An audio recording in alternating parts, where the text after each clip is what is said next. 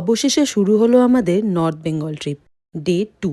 সকালে দার্জিলিং চা খেয়ে আমরা যাত্রা শুরু করলাম নিউ জলপাইগুড়ি জংশন থেকে, মন ভরা উত্তেজনা আর পাহাড়ের টাটকা হাওয়ার অনুভূতি নিয়ে। সেখান থেকে গাড়ি চলল সুন্দর সেবক রোড ধরে। এক পাশে সবুজে ঢাকা পাহাড় আর অন্য পাশে বয়ে চলেছে অপূর্ব সুন্দর তিস্তা নদী। দৃশ্যটা যেমন মনে লেগে থাকার মতো। আমাদের ফার্স্ট স্টপ ছিল ব্রেকফাস্টের জন্য চাসুম রেস্টুরেন্ট। ছিল সুস্বাদু খাবার, যেমন কিছু soup, steam momo, fried momo, সাথে ছিল ওখানকার স্পেশাল চাউমিন আর ব্রেড টোস্ট, ডিম টোস্ট দুটোই খেয়েছিলাম, আর সাথে দার্জিলিং টি। সাথে ছিল মন আনন্দ করা ভিউ। একটু বিশ্রাম নিয়ে আবার নতুন করে এনার্জি পেলাম। এরপর পৌঁছে গেলাম আমাদের প্রথম দিনের হাইলাইট, ঐতিহাসিক করোনেশন ব্রিজে। নিচে বয়ে চলা তিস্তা আর ঠান্ডা হাওয়ার ছোঁয়া, মুহূর্তটা সত্যি ছিল আনফরগেটেবল।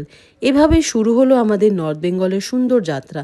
সামনে আরও অনেক স্মৃতি অপেক্ষা করছে, সো স্টে টিউন।